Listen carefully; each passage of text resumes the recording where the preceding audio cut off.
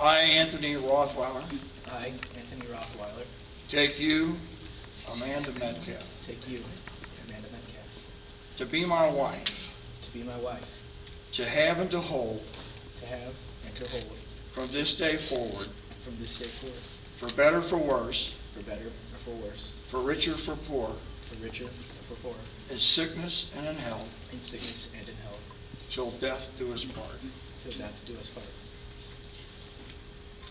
I, Amanda Metcalf, I, Amanda Metcalf, take you, Anthony Rothweiler, take you, Anthony Rothweiler, to be my husband, to be my husband, to have and to hold, to have and to hold, from this day forward, from this day forward, for better, for worse, for better, for worse, for richer, for poor, for richer, for poorer, in sickness and in health, in sickness and in health, to love and respect, to love and respect, till death do us part.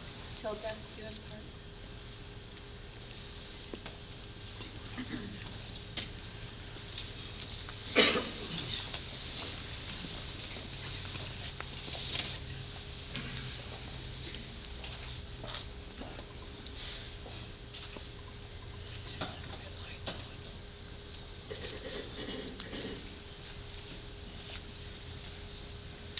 Tony and Amanda, I want to read from Ephesians chapter 4 and 5. I think it's really fitting that Tony and Amanda have chosen to do communion at their wedding, a common union with Jesus Christ that they have, and then that bond that they're going to have with each other. It says in Ephesians chapter 4, verse 32, it says, "Be ye kind one to another, tender-hearted, forgiving one another, even as God, for Christ's sake, has forgiven you. Be ye therefore followers of God as dear children, and walk in love as Christ also hath loved us, and has given himself for us an offering and a sacrifice to God for a sweet-smelling savor." Tony and Amanda, this is what communion is all about. It's the ultimate sacrifice that Jesus Christ made on our behalf on the cross of Calvary. When we break the bread representing his broken body, when we drink the cup representing his blood that was shed on our behalf, what we're doing is we are agreeing that his life and his death were right. And in partaking of the bread and the cup, we're agreeing to become one with him in our life and actions, and portraying that forgiveness, that tenderness, and that love that he showed to us on the cross. Be ye kind one to another, tender-hearted, forgiving one another, even as Christ for God's sake has forgiven you. Isn't it interesting that he also compares the communion table to this relationship that you all are about ready to take part in? He compares it to the husband and wife relationship.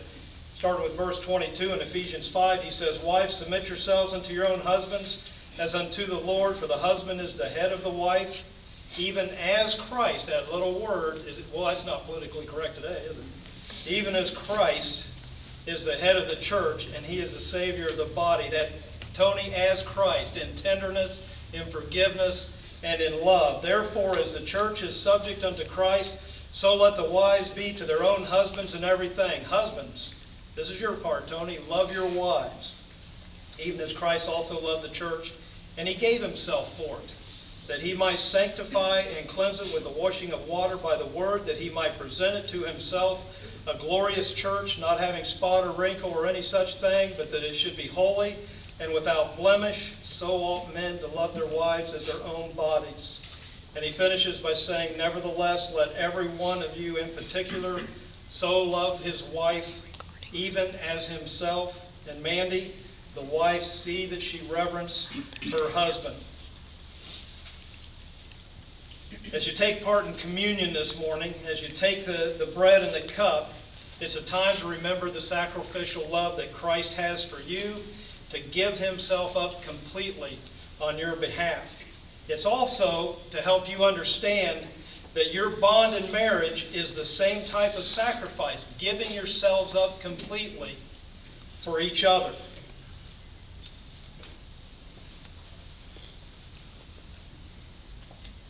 And as the Lord said, "Take and eat. This is my body, which is broken for you. This do in remembrance of me."